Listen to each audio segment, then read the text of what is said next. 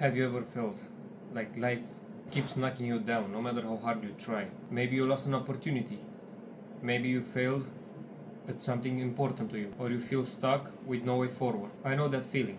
It can break you or it can make you stronger.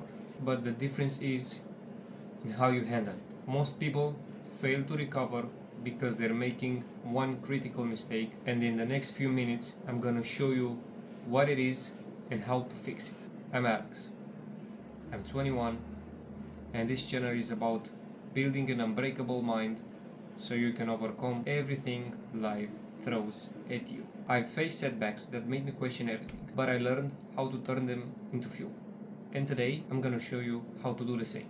By the end of this video, you'll have a step-by-step method to bounce back from every setback you're gonna face and rebuild stronger than before. Step number 1.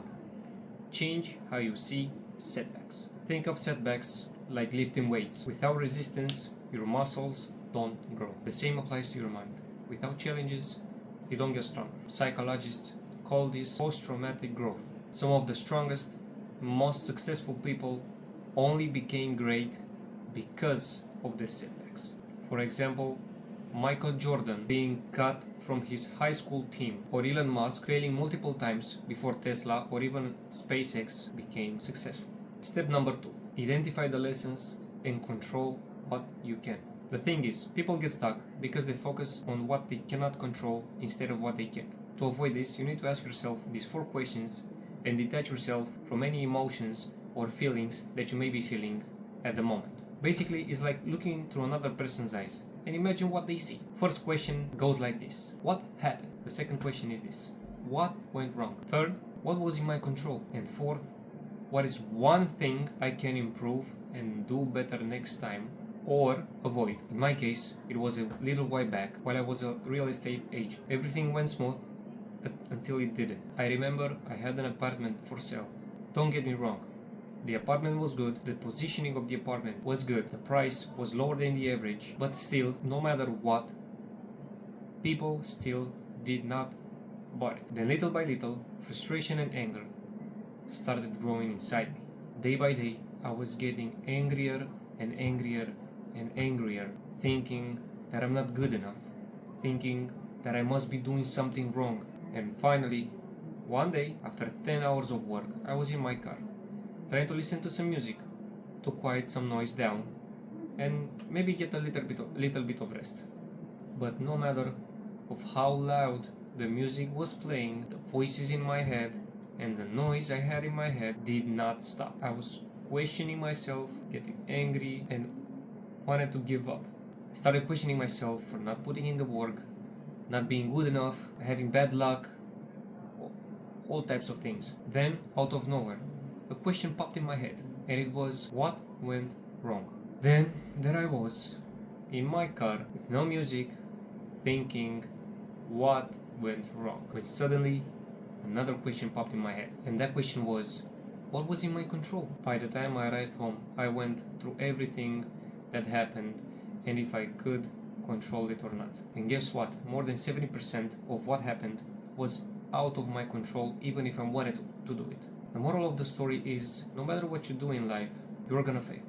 And not just once or the first time, but you're gonna fail, and you're gonna fail, and you're gonna fail. But the thing is, no matter what you do not give up. Keep showing up, keep posting, keep going to the gym, keep reading, keep showing up, and don't blame yourself for what happens. Sometimes it's good to just put it in perspective and just detach yourself from emotions and just look, basically like if you're looking down to a normal situation that you're not involved to, and try to think without emotions involved. You'll see that 90% of the time you don't need to overthink, because if you do, nothing changes. You don't need to panic. You don't need to stress about it. Again, even if you do, nothing changes. Only your mood. Step number 3. Rebuild with an action plan. Confidence is not something you're born with. It's something you earn by taking action and proving to yourself over time that you're gonna do what you say you will. For example, build a morning routine.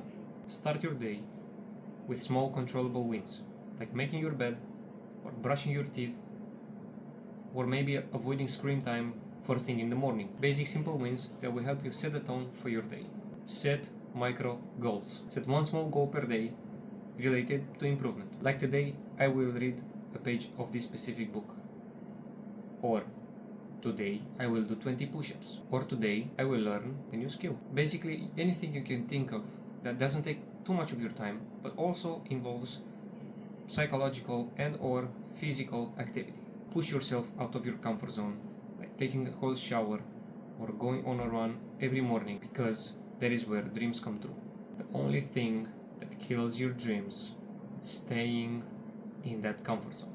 And the best thing about comfort zone is that it is expanding constantly. That means if you do something that makes you uncomfortable enough times, you'll become accustomed to it. At the end of the day, setbacks don't define you. Your response to them does. Shift your perspective, learn the lesson, and start taking small actions to rebuild. That being it, I want to ask you guys a question. What's the biggest challenge you've faced recently?